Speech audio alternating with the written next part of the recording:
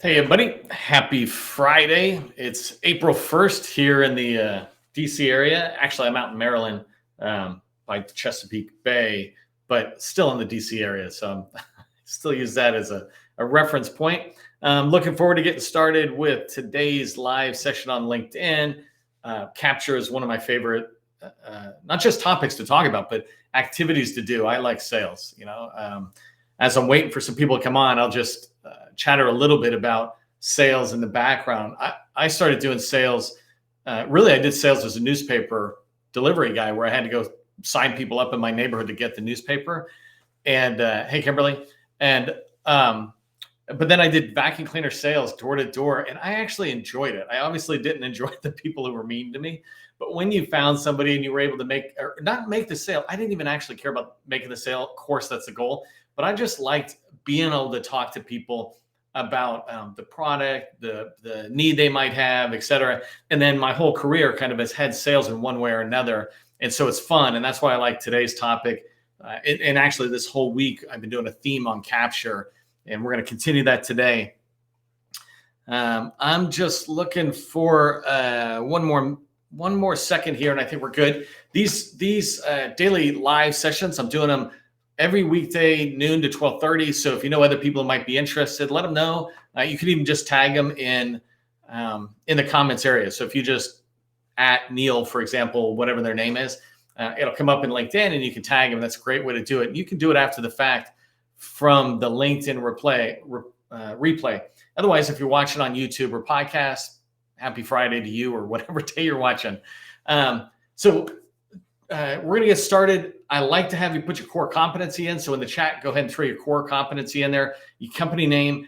You do this more and more, people will begin to see it. I'll see it. Others will see it. We've got federal government buyer representatives in these live sessions. We've got large companies in here. This is how we meet each other, is coming to different events. And this just happens to be an event you're attending. When you saw me start up, I'm going to turn my camera off for a second. You see this splash screen. This is just me reminding you that we have these directories out on our homepage of the GovCon Chamber site. You see the URL right there. Actually, when I get rid of my face, you lose the URL, but there it is. And Gus is dropping it in the chat, but go get those. And then when you sign up for them, you'll be notified when we do updates. An example is we're doing an update today for the small business directory, and then the 8A directory that we've added in the second cohort, I think they're called. So 600-700 more companies in there. So it's awesome. Good group of companies to maybe team up with. So, okay, I'm going to get started. Let me come back here. I am going to get started with my topic of the day on federal capture, understanding the buyer's objectives. But if you don't know who I am, just a reminder, I am Neil McDonnell. I'm the president of the GovCon Chamber of Commerce. I spent over 20 years in the federal contracting space as a small business owner. I've still been doing small business sales in the last 4 years, but my focus has been the chamber, really developing content that will help you make money. So training material, bringing federal buyer folks to you. Mostly I like to focus on the folks who are outside of industry giving you advice. That way I'm really trying to drive the buyer's message to you. I say that what makes me an expert in federal government contracting more than anything else is I listen to the buyer and then I just repeat it over and over again. The buyer says, I want this, then I'm repeating it over and over. Obviously, I have the experience that goes with that, so I agree with the buyer, but it's really coming out of their mouth. So today I want to talk about three things related to objectives, right? Why are they important? What are they? And beyond just the typical, oh, I know what objectives are. And then how do you go about finding them? And I'll try to just give a brief understanding of the how so that you can go away, starting next week and just start finding objectives in there. If you see me looking down, I'm just tracking my time on that. So the first thing is on objectives, I just wanted to put it in context for the full capture process, right? I say that government contracting is not a secret. It's just a process. And inside of the overall government contracting process is capture. And so in capture, you have this same process of taking an opportunity that is completely unqualified, that you look at and maybe see the title and you say, it looks like it's us. And so it's unqualified, and you're going to go through this process of qualifying it. And don't get overly locked into whatever terms I'm using. I like to use very easy terms, right? It's unqualified, it's qualified, I'm pursuing it, and a couple others. But so when you're going from unqualified to qualified, this is where some of the things I talked about earlier in this week, where you're looking at the requirements and making sure they align to your core competency. So as you move forward and it's a qualified opportunity, you want to begin this next set of capture activity. And this is understanding the requirements, the challenges, the objectives.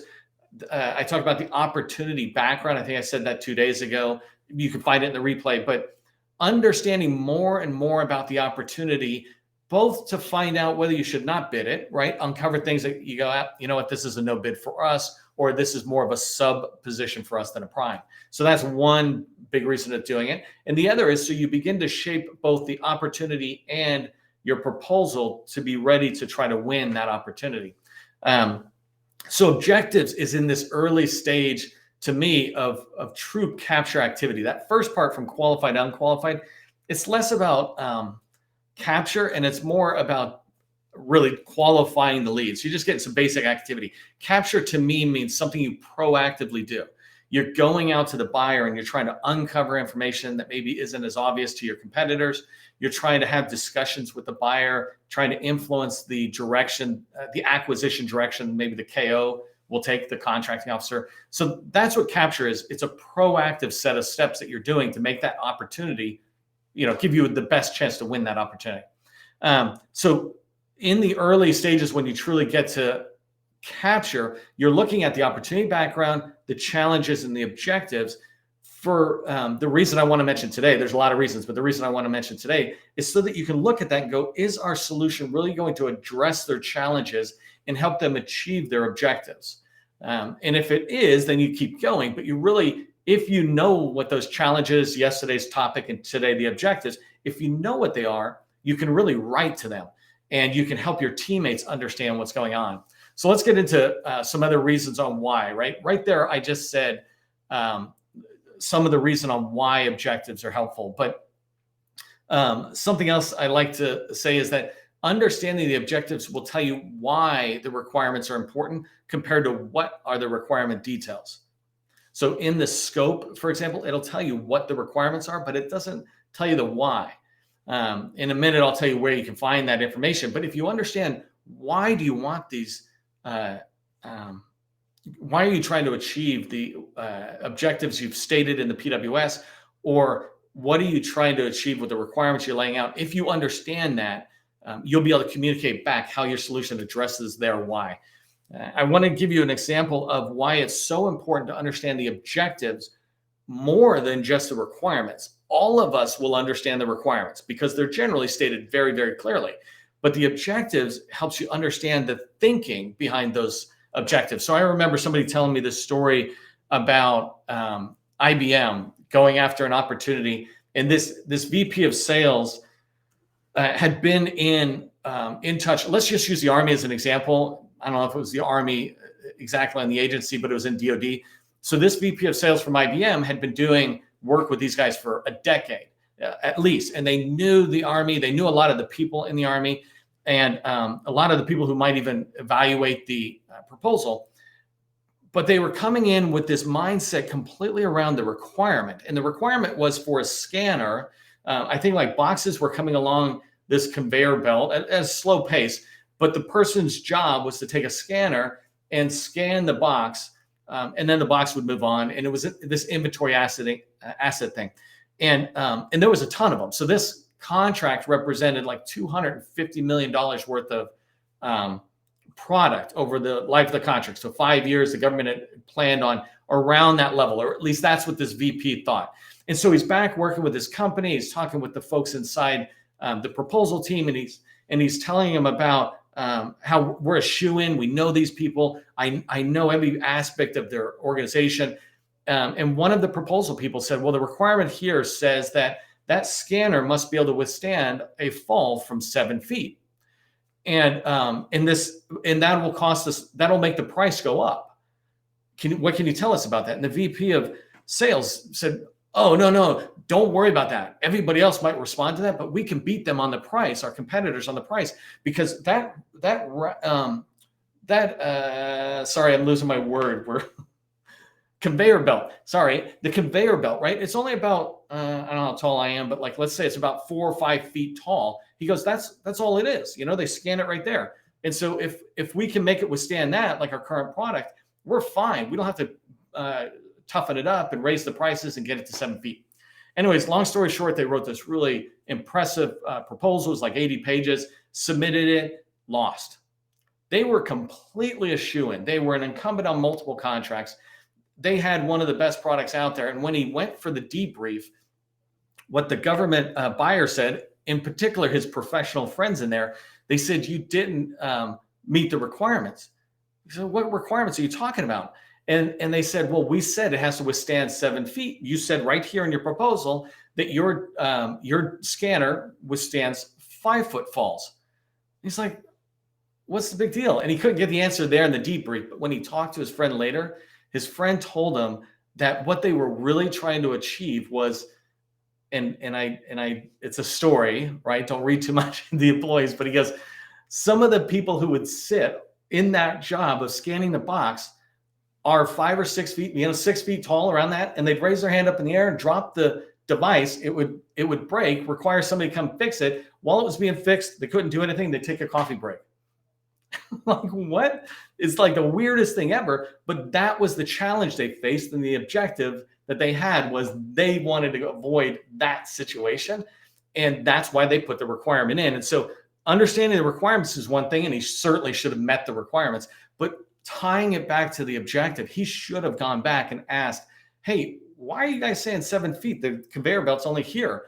And even if the government shared it with everybody, it would have helped him at least have a proposal that was compliant. His proposal was not even compliant because it did not meet that requirement. So coming back and understanding the objectives helps you align your solution to meet their objectives, not just the requirements.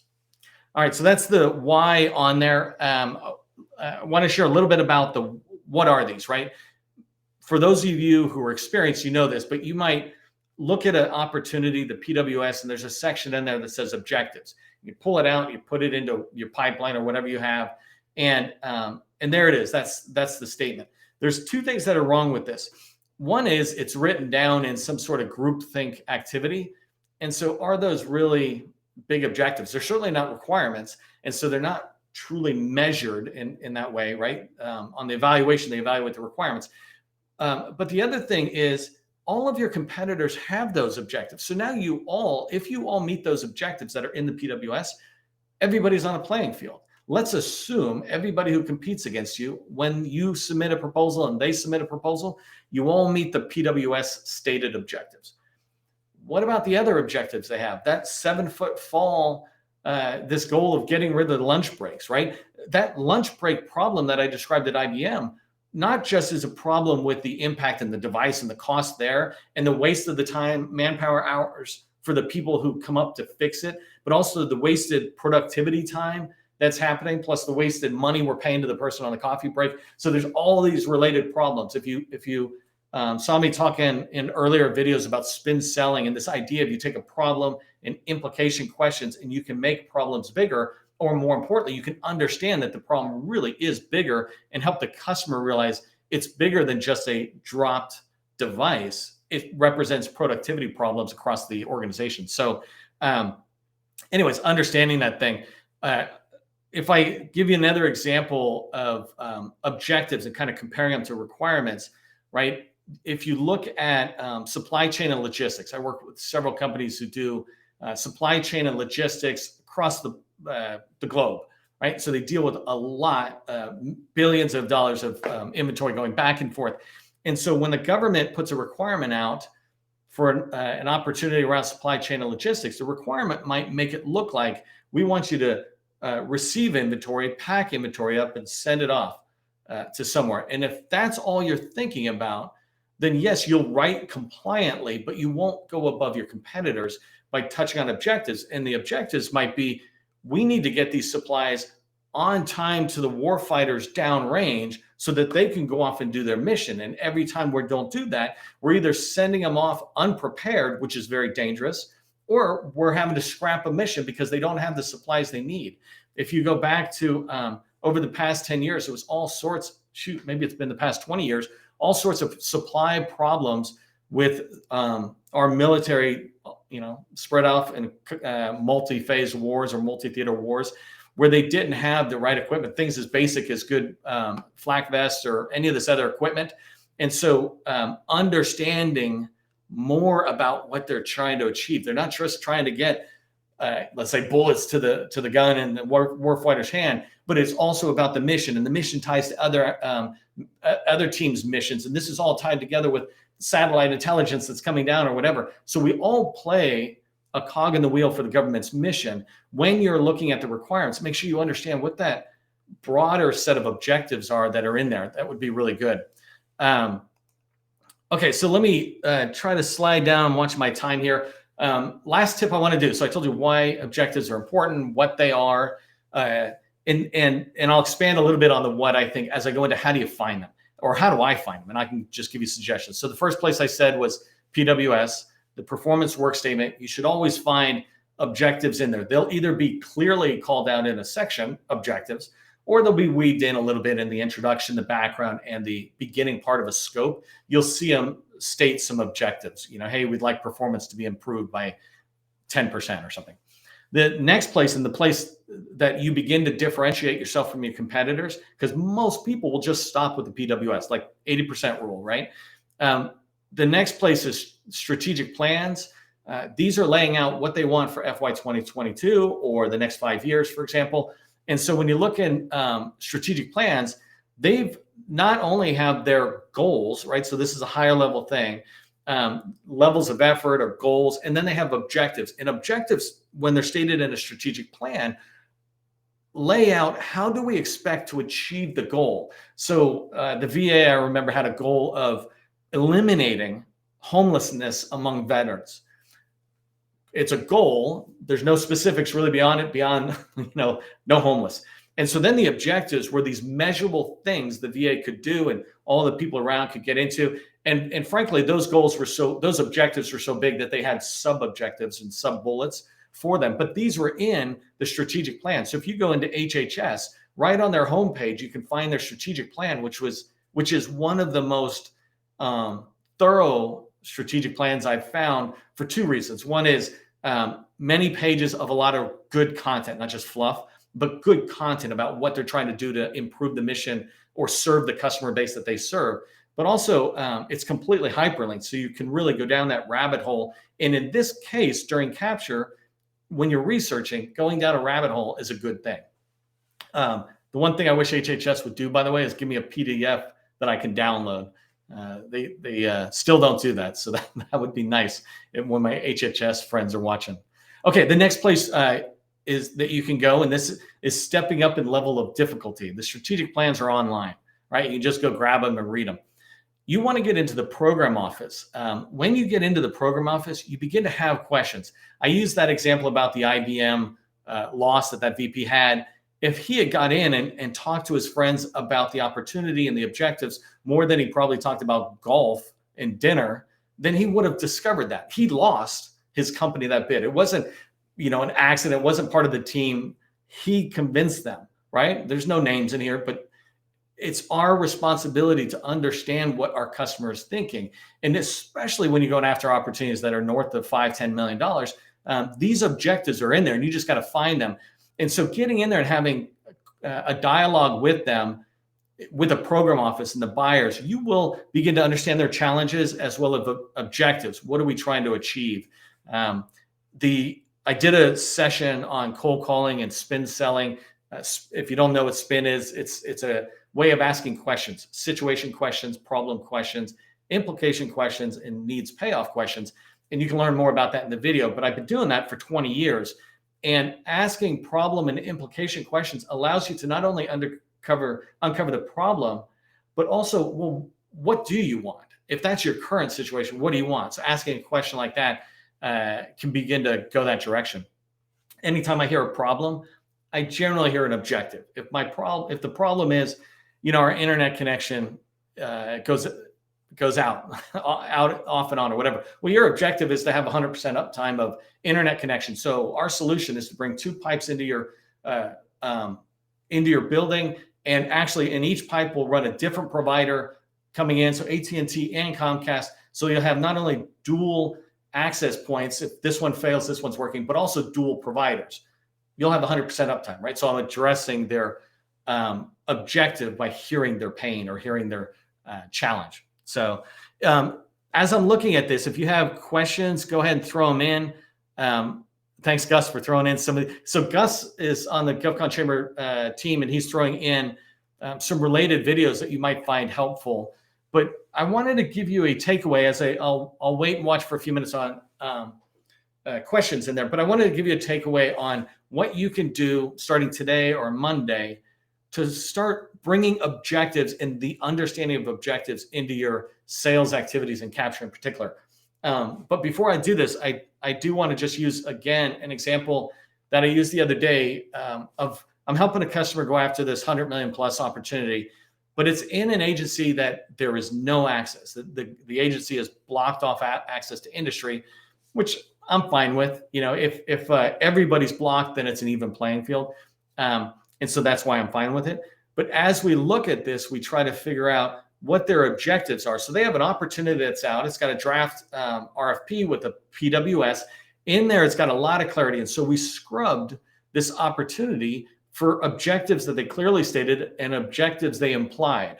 And so they implied it by saying, we need to have uptime. Well, okay, so this is a cybersecurity related opportunity. We need to be able to respond to attacks within milliseconds or whatever.